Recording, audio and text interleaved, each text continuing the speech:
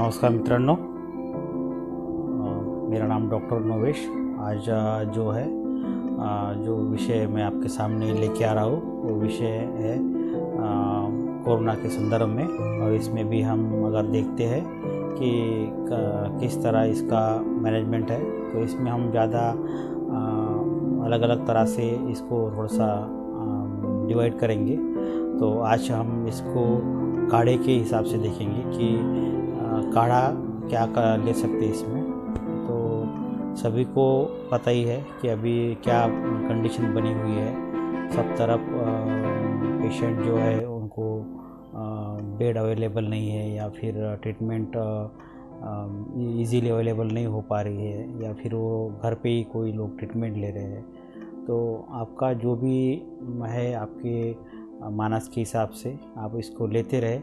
लेकिन इसके साथ में अगर आयुर्वेद के बारे में कुछ अगर मैं बताऊंगा, तो जो काढ़ा जो है आयुर्वेद के संदर्भ में काढ़ा जो है वो किस तरह इसमें वर्क कर सकता है और क्या इसका परिणाम है, मैं आपको बताऊंगा। तो ये जो काढ़ा बनाएंगे, तो काढ़े बनाने की विधि रहेगी। एक तो पानी को 1/8 या फिर 1/4 इतना इसको ओटाना है, मीन्स कम करना है। अगर 8 गुना आपने पानी ले लिया और चूरन के 8 गुना पानी ले लिया, तो उसको फिर आपने एक तो आप इसको 1/8 रखेंगे बाकी, या फिर 1/4 बाकी रखेंगे। मीन्स पूरे जो है तो उसका फिर 1/4 हिस्सा या फिर 1/8 हिस्सा यही बाकी आपको रखना है, तो ये काढ़ा बन जाता है। दूसरा ऐसा भी रहता है काढ़े में, अगर आप इसको रात भर भिगो के रखेंगे काढ़े को पानी में और सवेरे इसको उबालेंगे, तो उस तरह से भी काढ़ा बन सकता है। तो ये जो काढ़ा रहता है इसमें कुछ दवाई है, मैं आपको बताऊंगा। जैसे कि सभी को पता है कि O2 सैचुरेशन जो है SpO2, ये अगर 95 के नीचे आ रहा है तो वो सही जो कंडीशन है वो नहीं मानी जाती है।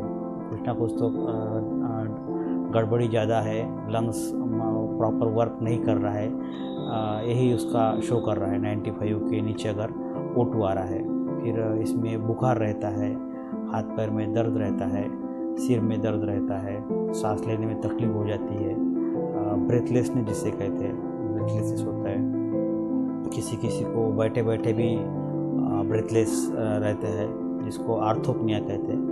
ये किसी किसी को थोड़ा भी एक्सरसाइज या फिर चल फिर लेते हैं तब भी इनको ब्रेथलेस होता है। तो ये अलग अलग तरह के सिम्टम्स हम अभी इस व्याधि में, कोरोना की व्याधि में देख रहे हैं। तो इसमें जो है हम क्या करेंगे, किस तरह से काढ़ा जो है वो फॉर्म हो सकता है, वो मैं आपको बताऊंगा। क्योंकि काढ़े में बहुत सारी वैरायटी है, इसमें अलग अलग तरह के प्लांट्स है, कोई प्लांट गर्म भी है इसमें। तो ये जो काढ़ा रहता है ये आपको वैद्य की सलाह से, जो आपके नज़दीक में आयुर्वेद के प्रैक्टिशनर है उनकी सलाह से आपको लेना है। क्योंकि आयुर्वेद में जो दवाई लेने का है वो भी उसका कुछ नियम किए हैं दवाई के भी। जैसा कि एक श्लोक आता है आयुर्वेद में, दुष्यम देशम बलम कालम अनलम प्रकृति वयः सत्व सात्म्य तथा आहार अवस्थाच पृथक विदाः। तो ये जो बातें मैंने आपको बताई है ये संस्कृत का श्लोक है, इसमें हम ज़्यादा नहीं जाएंगे अंदर में। सिर्फ यही मैं इस श्लोक का सारांश यही बताऊंगा कि हर एक की प्रकृति अलग अलग रहती है, और हर एक की प्रकृति बल अलग अलग रहता है, शारीरिक बल मानसिक बल अलग अलग रहता है। तो उसके हिसाब से ये दवाई जो है, ये दवाई जो वैद्य है या फिर आयुर्वेद प्रैक्टिशनर है वो आपको सही तरह से सही मात्रा में बता सकते हैं। इसी कारण मैं आपको बताऊंगा कि आपको खुद से नहीं लेना है दवाई को, ये आपके नज़दीक में जो आयुर्वेद के तज्ञ हैं उनके पास जाके आप उनसे कंसल्ट करके ये आप दवाई को कह सकते हैं। ये जो क्वाथ जो है इसको आप किस मात्रा में ले सकते हैं, कब लेना है, ये सभी जो चीज़ें हैं ये आपके नज़दीक में जो फिजिशियन है वो आपको सही बताएंगे। मैं आपको अभी कुछ दवाई को बता रहा हूँ ये दवाई जो है मल्टीपल इसका यूज़ है, सिंगल यूज़ नहीं है। ये जो दवाई का खाद बनाते हैं सिंगल यूज़ नहीं है, इसका मल्टीपल यूज़ है। तो कुछ इसकी दवाई जो है वो लंग्स पे कार्य करेगी, जैसा कि इसमें एक पुष्कर मूल करके एक दवाई है, पुष्कर मूल। तो इसका लिखा गया है कि हिक्का श्वास कास पार्श्वशूल हरणम। तो हिक्का मीन्स हिकअप, श्वास मीन्स आपको जो ब्रेथलेस हो रहे हैं आप, तो इसमें जो श्वास का जो है ये इसमें श्वास के प्रकार बताए गए हैं।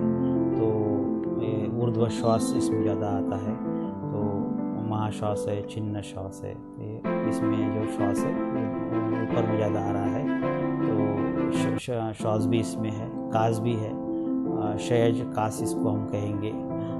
अपिनस के भी लक्षण है और ज्वर के भी लक्षण है। इसमें ज्वर में भी ज़्यादा जो है वात पित्त प्रधान और कफज, ऐसा अतिदोष ज्वर का ये बना हुआ है। तो ये इस तरह की पूरी इसकी संप्राप्ति रहती है। तो इसको हम देखेंगे। तो मैंने अभी आपको जो कहा वो जो था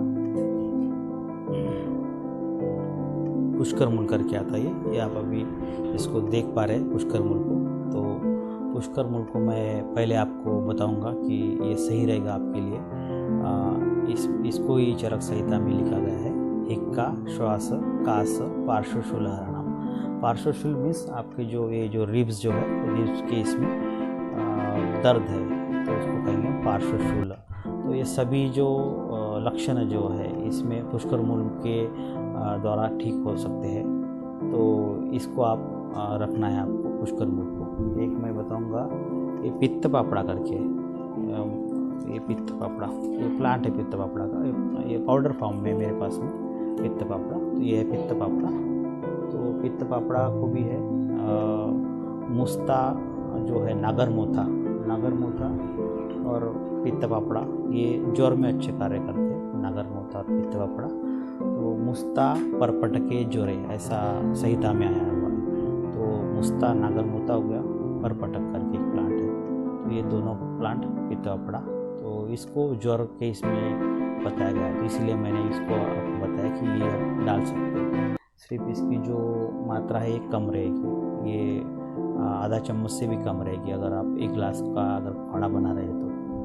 बाकी जो कर्पूर काचरी करके आता है, ये कफ को निरहन करने के लिए, अगर कफ अगर अंदर है, स्टिकी है, अंदर बना हुआ है, तो कर्पूर काचरी इसको आप मिक्स कर सकते हैं। इसका भी मात्रा बहुत कम रहेगी कर्पूर काचरी की। एक कचौरा करके प्लांट आता है, ये भी कफ को निकालने के लिए, अंदर जो अगर कफ अगर बना हुआ है तो कफ को निकालने के लिए इसको हम कचौरा को लेते हैं।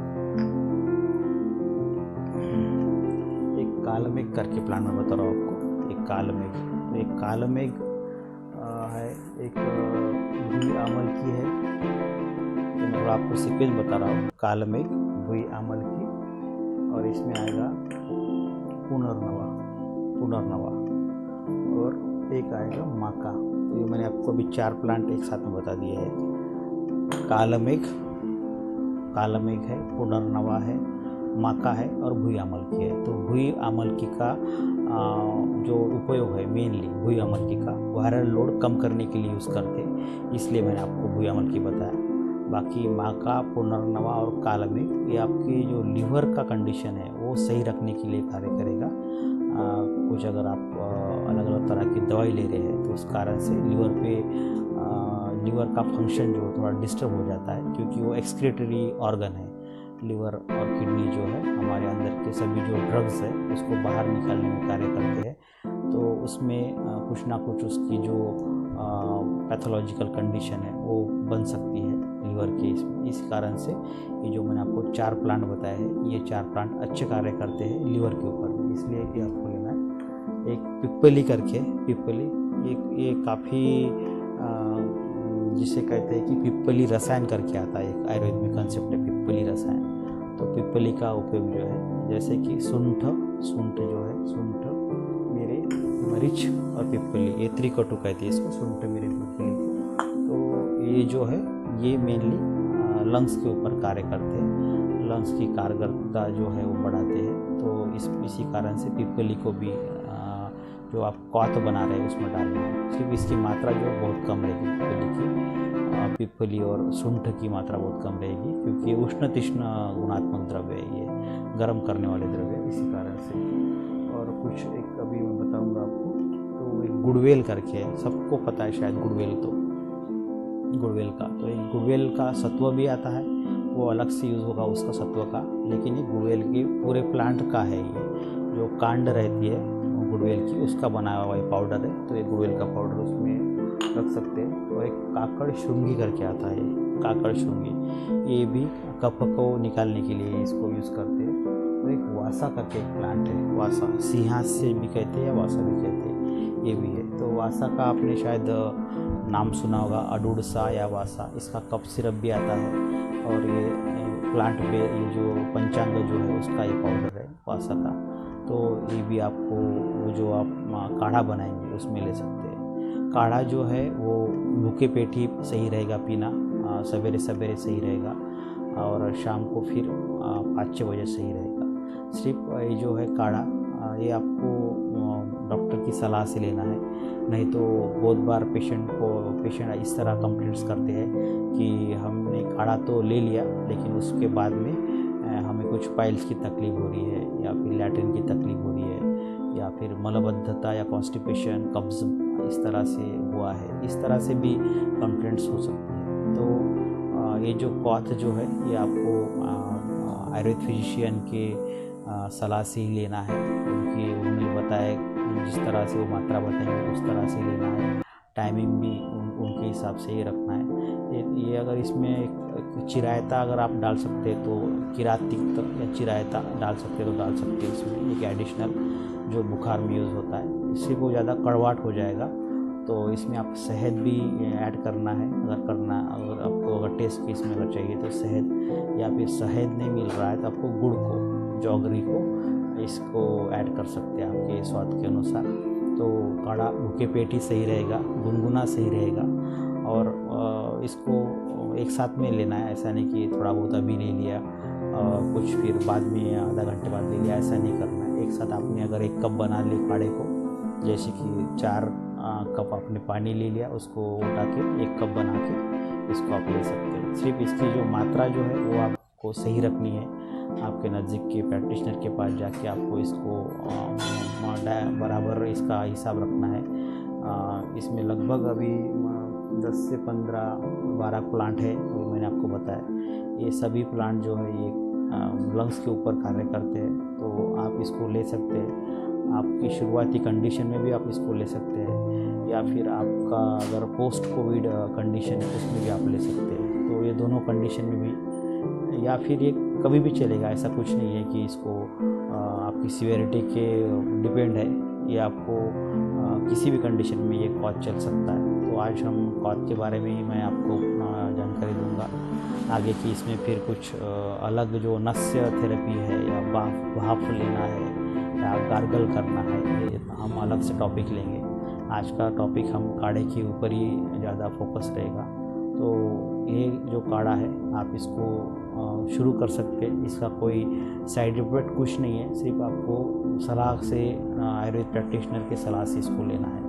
आपको अगर ये वीडियो अच्छा लगा तो आप इसको ज़रूर लाइक करिए, शेयर करिए और सब्सक्राइब करिए। धन्यवाद। जय हिंद, जय आयुर्वेद।